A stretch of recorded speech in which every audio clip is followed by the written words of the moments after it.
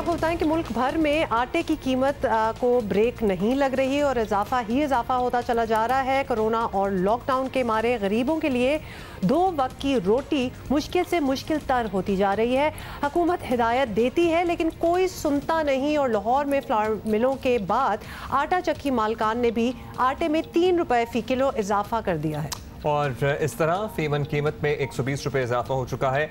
आटा चक्की मालिकान एसोसिएशन का कहना है कि रमज़ान मुबारक में आवाम की सहूलत के लिए 3 रुपए कमी करके 62 रुपए फ़ी किलो कीमत मुकर्रर की गई थी, लेकिन इस वक्त कीमत 1900 से 2000 रुपए फ़ी मन तक जा पहुंची है और ट्रांसपोर्टेशन और दीगर अखराजात अलग हैं। चक्की मालिकान का कहना है कि हुकूमत अगर हमें रिलीफ दे तो हम भी देंगे।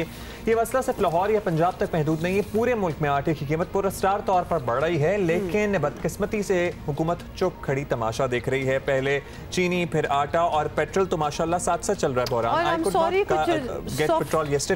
बिल्कुल, पेट्रोल की भी पूरी कहानी अगर वक्त हुआ तो उस पर भी हम बात कर लेंगे। लेकिन इस वक्त हमें ज्वाइन किया कमोडिटीज एक्सपर्ट शमसुल इस्लाम खान साहब, जो हमारे सवाल है इन्हीं से पूछ लेते हैं।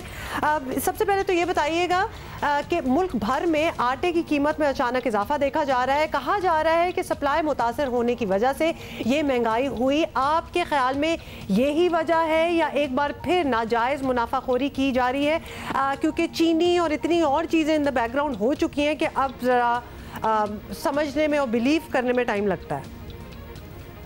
बिस्मिल्लाहिर्रहमानिर्रहीम।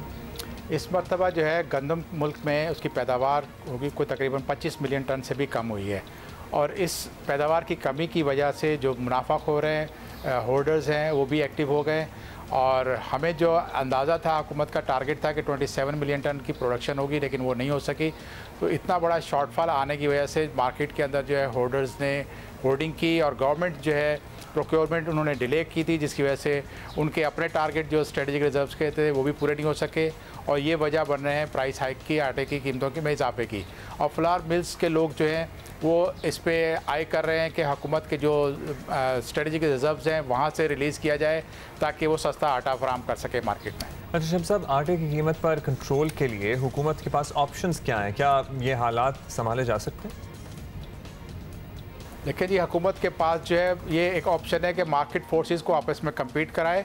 इस वक्त जो थे कि मुल्क के अंदर इंपोर्ट अलाउ नहीं थी, लेकिन अभी कल ही हुकूमत ने फैसला किया है कि तमाम रेगुलेटरी ड्यूटी ख़त्म कर दी है। उसके अलावा जो 6% टैक्स था उसको ख़त्म किया, 2% एडिशनल टैक्स था वो भी ख़त्म कर दिया और आज़ाद कोई लिमिट नहीं रखी क्वान्टिटी की जिसकी वजह से इंपोर्ट रिस्ट्रिक्टेड होती, तो उसको इजाज़त दे दी है। अब उसकी जो इम्पेक्ट है मार्केट में वो ये फौरी तौर पर नज़र आया है कि मार्केट में ओपन मार्केट की जो कीमतें जो हफ्ते के दिन तक 45 रुपये 50 पैसे फ़ी किलो थी वो आज कम होकर 42 रुपये किलो पे आ गई हैं और इससे लगता है कि जो स्पेकुलेटर्स थे उनके ऊपर जो है एक असर हुआ है इस आज़ादाना पॉलिसी का और ये एक हुकूमत की बेहतर पॉलिसी नज़र आ रही है कि आप इसमें एक मार्केट को फ्री मार्केट फोर्सेस को कम्पीट कराने का मौका दे रहे हैं और जिसकी वजह से आपकी कीमतों में कुछ कमी महसूस हुई। और वैसे इस पर भी गौर ख़ौज़ होना चाहिए कि बीइंग एन एग्रीकल्चरल कंट्री जिसकी रीढ़ की हड्डी ज़राअत है, उसमें भी अगर अपनी खपत के मुताबिक गंदम नहीं प्रोड्यूस हो रही तो क्यों नहीं हो रही? वैसे क्यों नहीं हुई ये भी सवाल है। 25 मिलियन टन का इन्होंने किया और एक्सपेक्टेशन 27 की थी,